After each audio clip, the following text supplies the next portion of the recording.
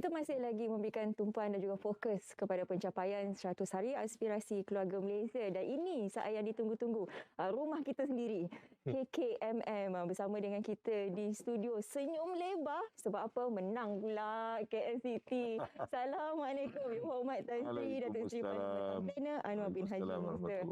Kita tanya dululah perasaan Tan Sri. Kita yang Sabah Sarawak pun gembira. Apatah lagi Tan Sri. Dapat pula cuti umum Tan Sri? Cuti umum besok insya-Allah. Alhamdulillah, alhamdulillah. Pertama penantian tu lama kan, 32 tahun.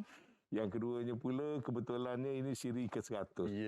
Siri yang bersejarah dalam siri Piala Malaysia. Betul. Yang ketiganya KL City underdog.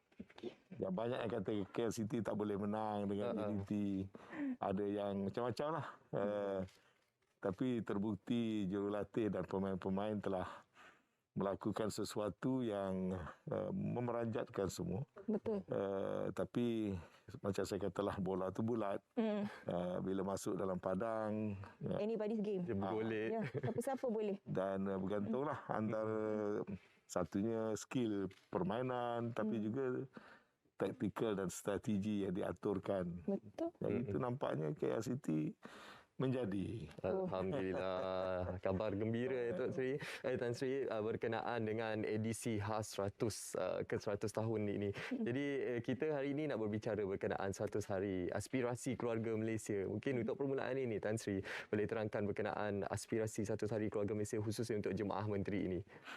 Pertamanya apabila kita Yang Amat Berhormat Perdana Menteri membentuk kabinet yang baru pada akhir bulan Ogos yang lepas, kita memahami concern rakyat ketika itu, apakah kerajaan ini akan membawa sesuatu kebaikan ataupun akan dapat membawa sesuatu daripada sudut prestasinya. Apakah gabungan Jemaah Menteri yang ada ini dengan portfolio yang ada yang ditukar dan ada personality baru menyertai kabinet, apakah dia boleh menjadi sebuah kerajaan yang berprestasi?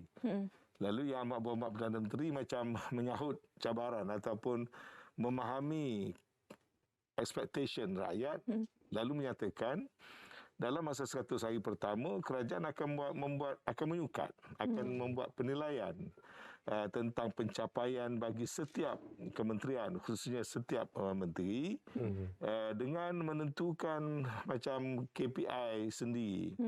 Apakah satu matlamat ataupun benchmark yang nak dicapai. Sebenarnya 100 hari ini pendek. Dalam konteks menguruskan negara, 100 hari atau 3 bulan ni bukan satu masa yang panjang, bukan masa untuk nak menilai pelaksanaan polisi-polisi misalnya. Sebenarnya itu terlalu pendek. Tapi yang dimaksudkan dengan 100 hari pertama itu, apakah perkara-perkara yang boleh segera dilakukan, boleh segera diselesaikan. Kalau perkara itu dah tergantung lama ataupun perkara itu sebelumnya perlahan, dapat digerakkan. Dan itu memerlukan kepada pimpinan yang diberikan oleh anggota Jemaah Menteri kepada kementerian masing-masing. Dan nampaknya Alhamdulillah dia telah dapat menangkap imajinasi rakyat. Yang keduanya, dia sendiri memberikan satu orang kata macam satu katalis kepada menteri-menteri, termasuk saya lah khususnya, untuk melihat secara lebih terperinci apa benda, apa perkara-perkara yang selalu diistilahkan sebagai low hanging fruit, ataupun perkara-perkara yang boleh segera dilaksanakan, dan mesti dilaksanakan dalam tempoh tersebut. Jadi Alhamdulillah. Tapi pada saya lah, aspirasi 100 hari ini hanya satu perkara sementara, ataupun hanya satu permulaan. Yang pentingnya adalah bergerak ke hadapan, apalagi perkara-perkara yang perlu dilakukan setelah tercapainya beberapa sasaran untuk jangka pendek ataupun jangka segera dalam masa 100 hari. Prestasi kementerian mesti terus dipertingkatkan, dan kita mesti memenuhi aspirasi rakyat secara keseluruhannya. Betul. Macam tadi dinyatakan, ini KKM ini agak berbeza daripada latar belakang Tan Sri. Lari rumah sikit lah. Tapi kita boleh lihat agak agresif juga langkah-langkah, sebab kita nampak banyak pembaharuan yang dijalankan di bawah kepimpinan Tan Sri. Apa di antara program-program dan juga inisiatif yang memang segera dilaksanakan? Sebenarnya Kementerian Komunikasi dan Multimedia ini satu kementerian yang mempunyai orang kata rangkaian peranan atau tugas yang sangat luas. Betul. Daripada teknologi digital dan jalur lebar sampailah kepada kegiatan-kegiatan industri kreatif. Ya. Kalau dulunya saya selalu katakan kementerian ini dulu di bawah 3 kementerian berbeza. Kalau dulu telekomunikasi itu satu kementerian tersendiri, penerangan kementerian tersendiri, kemudian aspek kebudayaan industri kreatif ini bawah satu kementerian lain. Sekarang ini bergabung di bawah satu kementerian. Sebab itu saya perlu mengimbangi ketiga-tiga skop ini supaya tidaklah yang cemerlang ataupun yang ditumpu atau kalau yang ketinggalan akan terus ketinggalan ya. Pada masa yang sama kita dapati pada masa ini expectation rakyat, keperluan negara dan sebagainya tak dapat dipisahkan daripada soal-soal yang berkaitan dengan teknologi komunikasi, tentang internet, khidmat jalur lebar dan sebagainya. Dan sekarang ini tentulah hal-hal yang berkaitan dengan digital economy dan sebagainya. Kebetulan proses pemulihan negara yang sedang dilaksanakan dan sedang diberikan tumpuan utama oleh kerajaan amat bergantung rapat sekali dengan perkembangan perkhidmatan jalur lebar dan sebagainya. Pada masa yang sama begitu juga dengan industri kreatifnya. Dan jangan lupa kementerian kita mempunyai tugas tradisi iaitu menyampaikan maklumat dengan berkesan kepada rakyat dan masyarakat. Yang mana kalau yang lain semua berjaya, kalau messagingnya ataupun penyampaian maklumat tak sampai, segala-galanya orang kata tidak mencapai maksud sebenarnya sebagai sebuah kerajaan yang berkesan. Jadi pengimbangan inilah yang saya cuba lakukan dan saya sendiri saya latar belakang saya dilatih di maktab tentera. Saya suka buat kerja, mesti buat kerja precise, cepat dan saya nak tengok boleh tengok result oriented. Apa pun saya buat. Dulu kalau saya di Kementerian Belia dan Sukan dulu, Piala Thomas nak capai Piala Thomas, saya buat satu perancangan Thomas Cup, Uber Cup, Olympic TUO dan buat sampai berjaya. Nak bidding for Commonwealth Game kita buat sampai berjaya. Saya pegang bola Kelantan kita buat sampai berjaya. Pegang bola Kuala Lumpur buat kena hasil. Menang.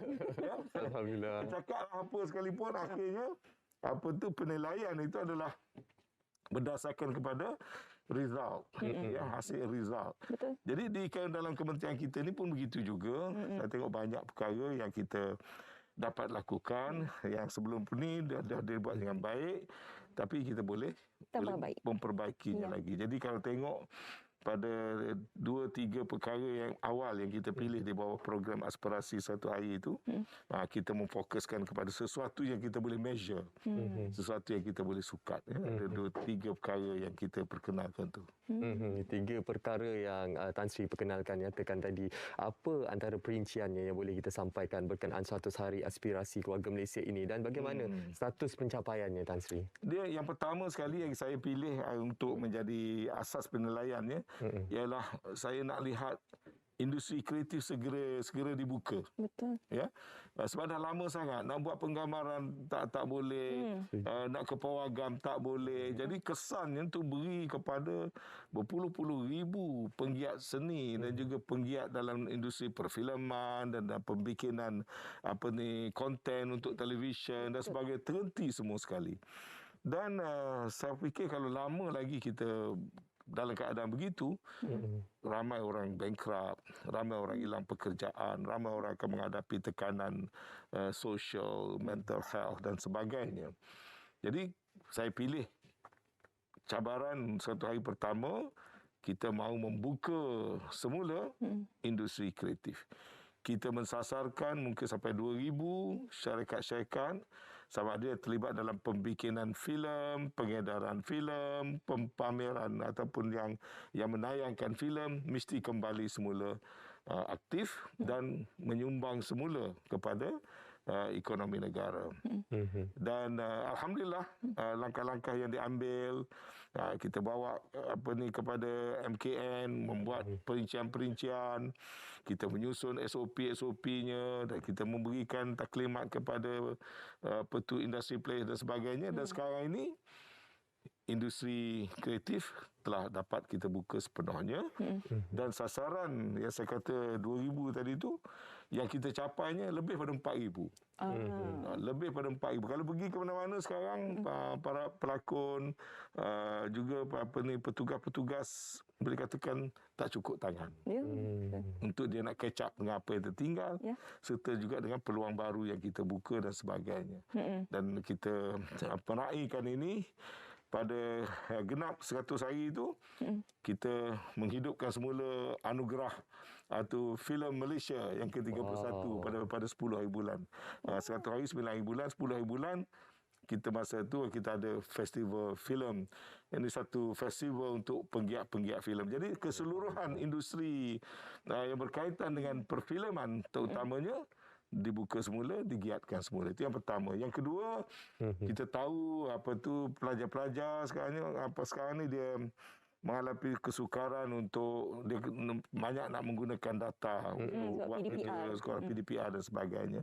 Dan kita nak ianya available dengan murah dan cepat. Sekarang kita perkenalkan program peranti, keluarga Malaysia, dan juga kita perkenalkan program package remaja. Keluarga Malaysia kita nak sasarkan 100,000 orang tu hari 100 hari pertama lah. Lepas tu mungkin lebih banyak lagi. Dan ini juga telah dapat dicapai, dah lebih pada 100,000 telah pun melanggani kedua-dua peranti yang kita adakan untuk rakyat. Yang ketiga, kita menumpukan kepada apa yang ketiga, saya pun dah lupa dah. Tak apa. Tan Sri, macam Tan Sri katakan tadi lah, 100 hari ini cukup pendek sekali untuk kita memahami dan juga untuk kita menyelesaikan semua masalah. Tapi kalau kita boleh lihat di media sosial, Tan Sri memang aktif untuk turun padang, berjumpa dengan masyarakat dan juga rakyat untuk bertanya apa sebenarnya keperluan yang mereka hendak dalam kehidupan dan apa permasalahannya. Kadang-kadang ada isu yang mungkin terlepas pandang yang Datuk Tan Sri yang nampak. Apa di antaranya? Dia sebenarnya banyak. Yang pentingnya kita jangan memandang remeh kepada masalah yang rakyat hadapi. Kalau tanya saya, cabaran kita ni tidak terhad dengan apa yang jadi tanggungjawab di bawah kementerian. Sebab problem yang berlaku dalam kerajaan, katalah soal misinformation, kurang maklumat tentang kenaikan harga barang, misal sebagai contoh, kurang kefahaman tentang SOP di bawah Kementerian Kesihatan. Tanggungjawab kita. Betul. Kita yang mengendalikan stesen televisyen, kita yang ada pegawai penerangan di akar umbi. Jadi sebenarnya walaupun kita sering tengok satu-satu prestasi itu secara segmented mengikut kementerian. Sebenarnya prinsip kerajaan adalah prinsip collective responsibility. Akhirnya keseluruhan kerajaan itu mesti dilihat sebagai kerajaan yang berprestasi. Jadi untuk itu kadang-kala mungkin satu masalah yang dianggap kecil yang secara langsung bawah satu kementerian. Tapi kita kena tackle bersama. Betul. Tackle bersama. Kalau tanya saya sekarang ni soalan macam yang Syafiqah sebut tu, susah saya nak jawab. Sebab bagi saya semua benda masalah rakyat adalah penting. Semua penting. Walaupun benda tu dilihat kecil oleh setengah-setengah orang ataupun secara relatif dia dilihat kecil. Tetapi sebenarnya dia satu perkara yang mesti kita berikan perhatian dengan serius, dengan sungguh-sungguh. Katakanlah contoh, rakyat menghadapi tekanan daripada sudut mental health. Kerana berbagai-bagai masalah yang berlaku musim PKP. Bagi setengah orang, mental health ni benda tak boleh nampak. Betul. Kita tak nampak orang tu tertekan. Kita tak nampak orang tu sebenarnya sedang bermain dengan satu permasalahan, menyebabkan dia murung, menyebabkan dia tak nak bergaul dengan orang, menyebabkan dia rasa orang kata inferior dan sebagainya. Tapi itu suatu petanda mental health yang boleh membawa kepada keburukan. Tak semestinya sampai peringkat bunuh diri itu baru kita nampak penting. Betul. Ya. Betul. Jadi bagaimana dapat kita menangani masalah yang sedemikian. Begitu juga dengan masalah-masalah lain. Bisa kata kita tengok budak panjat pokok nak dapatkan internet. Dan kita kata okey tak apalah. Kita pergi ke kawasan itu, kita baikilah lengkapkan kemudahan, pastikan ada internet di situ. Tapi itu hanya satu at the tip of the iceberg. Maka kita selesaikan satu kampung, bukan mana masalah selesai. Sebab kebetulan tempat lain tak disiarkan, tak dapat publicity. Tapi orang lain banyak lagi yang menghadapi masalah tentang mendapat coverage internet yang berkualiti. Dan kita tahu sekarang ini, kehidupan rakyat tidak sempurna kalau capaian internetnya rendah. Maka cabaran kepada kita di kementerian kita menyemak semua sekali. Kita buat program, kita letakkan sasaran. Sebab tu lalu saya pula buat program Kembara Connectivity. Mana-mana pergi sambil buat kerja lain pun, kita cuba semak secara random, secara rawak. Bagaimana keadaan konektiviti di situ. Dan pegawai-pegawai turun bersama. Kemudian ambil tindakan serta merta. Dan kita juga ada sistem jendela map. Portal di mana kalau rakyat mengalami orang kata pengalaman yang kurang memuaskan tentang capaian internet di tempat dia, dia boleh masukkan data di situ dan MCMC on daily basis tengok aduan datang daripada mana dan kita turun dan kita perbaiki. Jadi yang kita buat secara biasa ni kita teruskanlah. Program jendela, banner tower baru, buat fiberization ataupun gentian optik di bawah program POP kita dan juga lain-lain program itu jalanlah. Tapi ni yang keluhan rakyat di merata-rata tempat. Dia internet mungkin ada, capaian ada. Tapi bila ramai orang guna serentak, tiba-tiba nak buat kerja pun dah tak boleh. Sebab kalau lazimnya seorang saja pakai. Sekarang ada empat beradik buat PDPR. Masing-masing pakai gadget. Mak ayah pun buat work from home. Dia pun pakai juga. Jadi bila itu dalam satu keluarga. Kalau satu kampung dah begitu, itu yang menyebabkan experience capaian internet menjadi rendah. Terutama kalau sebelum daripada ini, misalnya tahun lalu, kebanyakan kawasan masih lagi dengan capaian 3G. 3G dalam keadaan biasa pun cuma dapat 5 megabit, 6 megabit. Bila ramai pakai dapatlah 0.5 ya. Itu yang banyak keluh kesah dia kata kawasan dia internet teruk tu. Tapi kalau kita sekarang ni kita roll out 4G ya. Dan 4G boleh sampai 25, 24 sampailah akhirnya kita kira average ya. Average boleh sampai 35 megabit. Itu kita buat. Itu kita buat. Tapi macam saya kata tadi, masalah rakyat jangan dipandang remeh. Walaupun sekecil mana, kita mesti jadi satu kerajaan yang prihatin. Yang prihatin, yang mengambil berat semua perkara. Pastinya dengan aspirasi 100 hari keluarga Malaysia ini menonjolkan lagi budaya kerja berprestasi tinggi. Dan juga kita lihat dalam situasi semasa ini pelbagai inisiatif yang telah dilaksanakan. Dan 100 hari ini sebagai langkah pemula untuk masa depan keluarga Malaysia yang lebih cerah. Saya simpul dalam dua perkataan lah, yang aspirasi 100 hari. Menjadi kerajaan yang sensitif dan responsif. Sensitif dan responsif. Sensitif artinya sensitif kepada keperluan rakyat. PM tengok, rakyat nak tengok kerajaan berprestasi. Rakyat nak tengok kerajaan ni fokus pada masalah rakyat. Bukan fokus pada politicking, fokus pada bergaduh, destabilize the government dan sebagainya. Sehingga kan masalah rakyat dikesampingkan.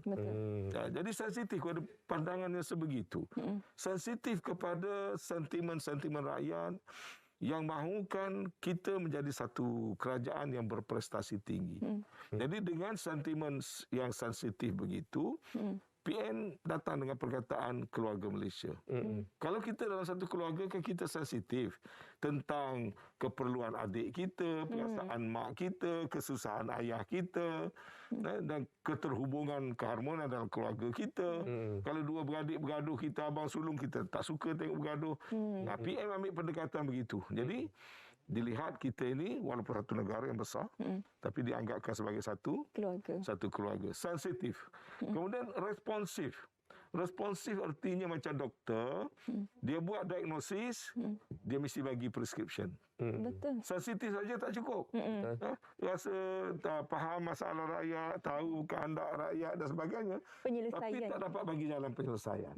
Jadi pendekatan yang diambil oleh Perdana Menteri sensitif, mana sangat faham. Rakyat tak suka politiking.